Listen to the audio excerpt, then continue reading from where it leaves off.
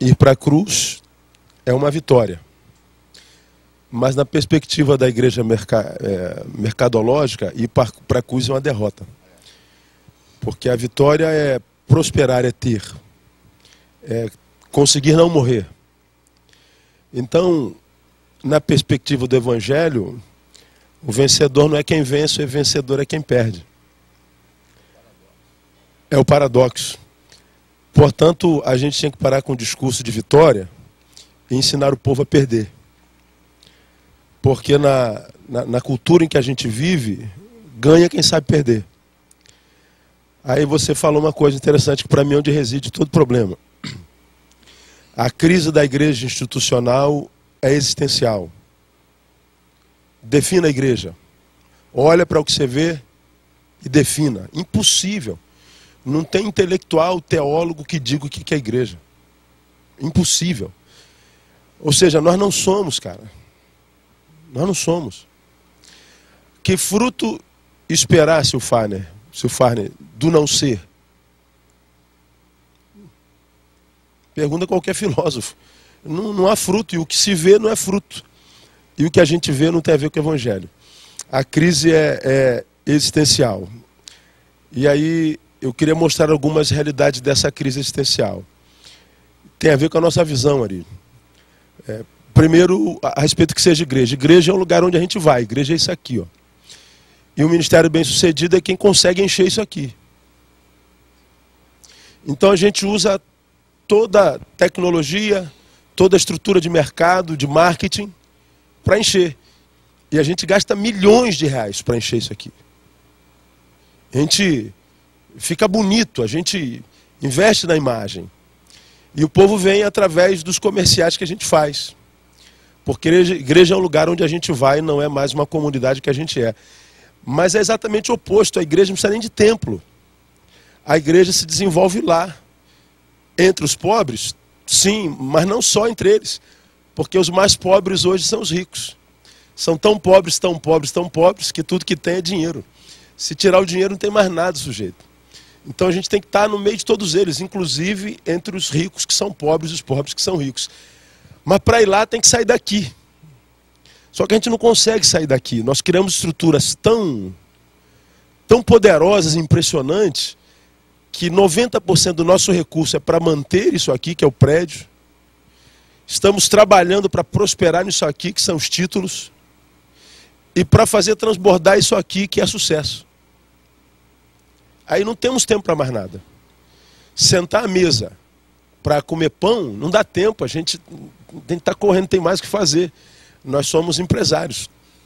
Então a igreja é uma comunidade da comunhão perfeita.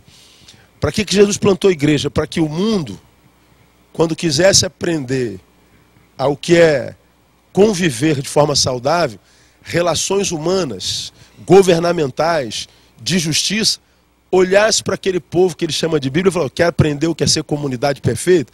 Vai naquele povo lá de Deus, que eles sabem como fazer isso. Igreja hoje não tem nada a ver com isso, a crise é de identidade. Por exemplo, na questão bênção. Bênção, ser ou ter? Não se fala em ser bênção, a gente quer ter. Deus tem uma bênção para você. A Ari já falou sobre isso. O individualismo mórbido, crônico. Estamos no meio de 20 mil pessoas, mas não me interessa quem está do meu lado. Eu estou cheio de problema e não tem tempo, problema dele. Morram. Eu quero receber minha bênção. E quando eu tomo posse da minha bênção, a bênção termina em mim. Nós somos o fim da bênção.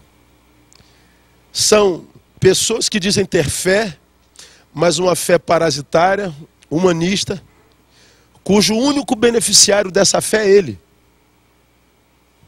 Ele é o centro, né? Como disse o filósofo, o homem é o centro de todas as coisas e todas as coisas convergem nele. Então, a fé que a gente vê na igreja evangélica hoje é humanista. Quer achar humanismo, materialismo, procure a igreja. Eu não falo isso com alegria não, gente, só estou fazendo uma citação.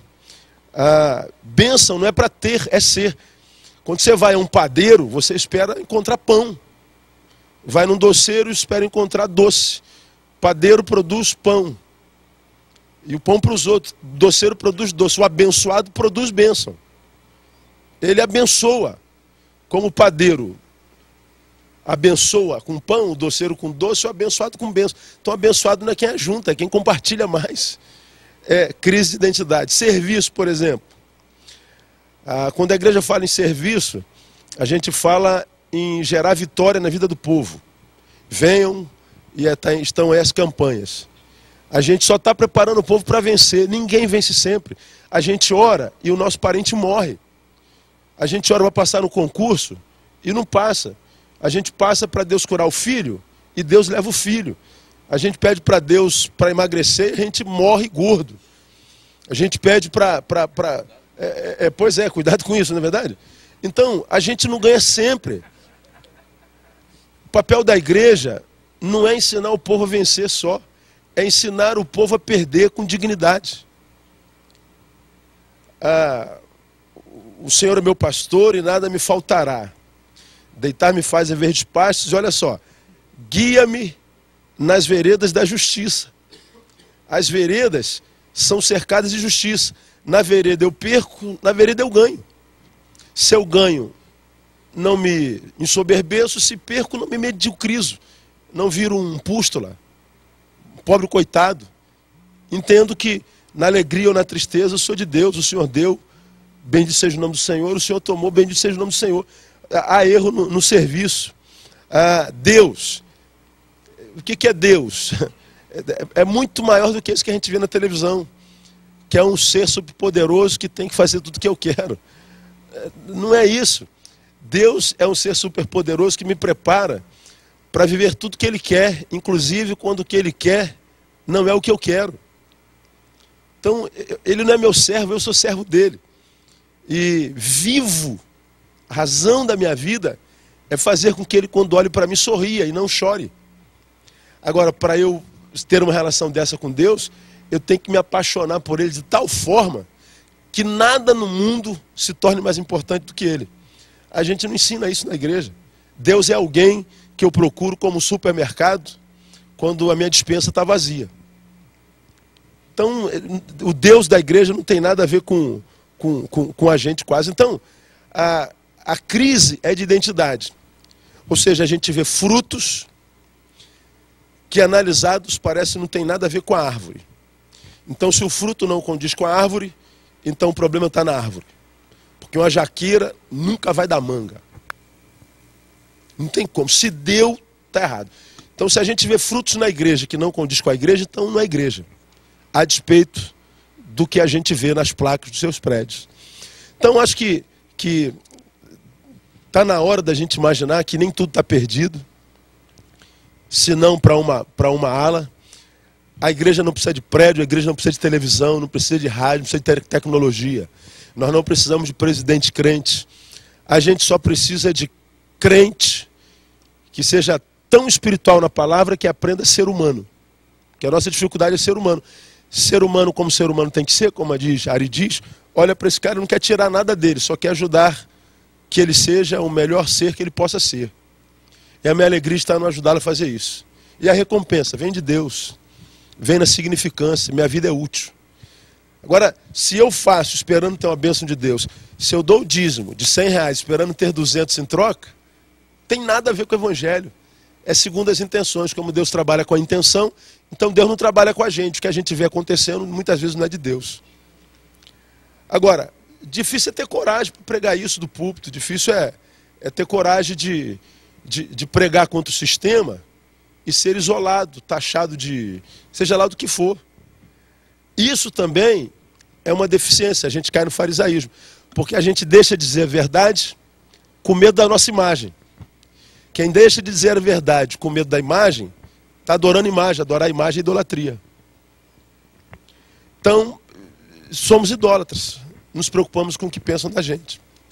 Então, mais do que homens de Deus, Deus está precisando de homens. Homens de Deus que sejam machos, que sejam homens, que tenham coragem de pregar o que está na Bíblia. Mesmo que perca, porque à luz do Evangelho, perder é ganhar. Ganhar muitas vezes é perder. E termina aqui minha fala, perdão pelo tempo. Nós que somos pastores temos a convicção de que a bênção pode fazer muito mal, dependendo de quem nós somos. Por isso Jesus disse que ele não deita vinho novo sobre odre velho. Porque o vinho novo, que é o seu espírito, sua graça, é o evangelho, que é novas de grande alegria. Se ele deita o vinho novo no odre que não está preparado, ele arrebenta o odre. Então ele retém o vinho por amor. Porque se liberar, ele arrebenta com a gente. Então tem muita gente tomando posse de bênção, de lugares de honra, e esse lugar de honra está sendo o inferno dele, porque ele deixa de ser o que é no coração de Deus. E muitas vezes Deus retém por amor. Então, não ter em quantidade não é ausência da presença de Deus. Muitas vezes é misericórdia de Deus nos preparando para que venha em quantidade quando Ele quiser, e não por subterfúgios humanos, estéticos, tecnológicos, de marketing e tudo mais. A gente precisa de homens, cara. Homens de Deus que sejam homens. Então a nossa proposta é que a gente não se venda, não empreste a imagem, não empreste a estrutura, não se corrompa pela prosperidade, não se transforme numa entidade de serviço religioso. A gente não está aqui para ensinar o povo a vencer, para ensinar o povo a ser gente. Porque o nosso caminho não é, como disse Paulo Júnior, não é de um ser espiritual, do ser humano tentando ser espiritual, de um ser espiritual tentando ser humano. Nosso desafio é ser humano.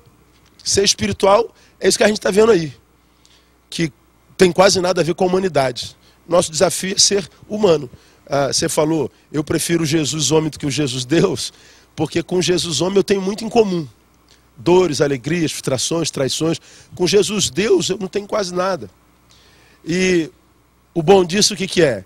É que Deus escolheu o caminho da humanidade e muitos de nós homens estamos escolhendo o caminho da deidade.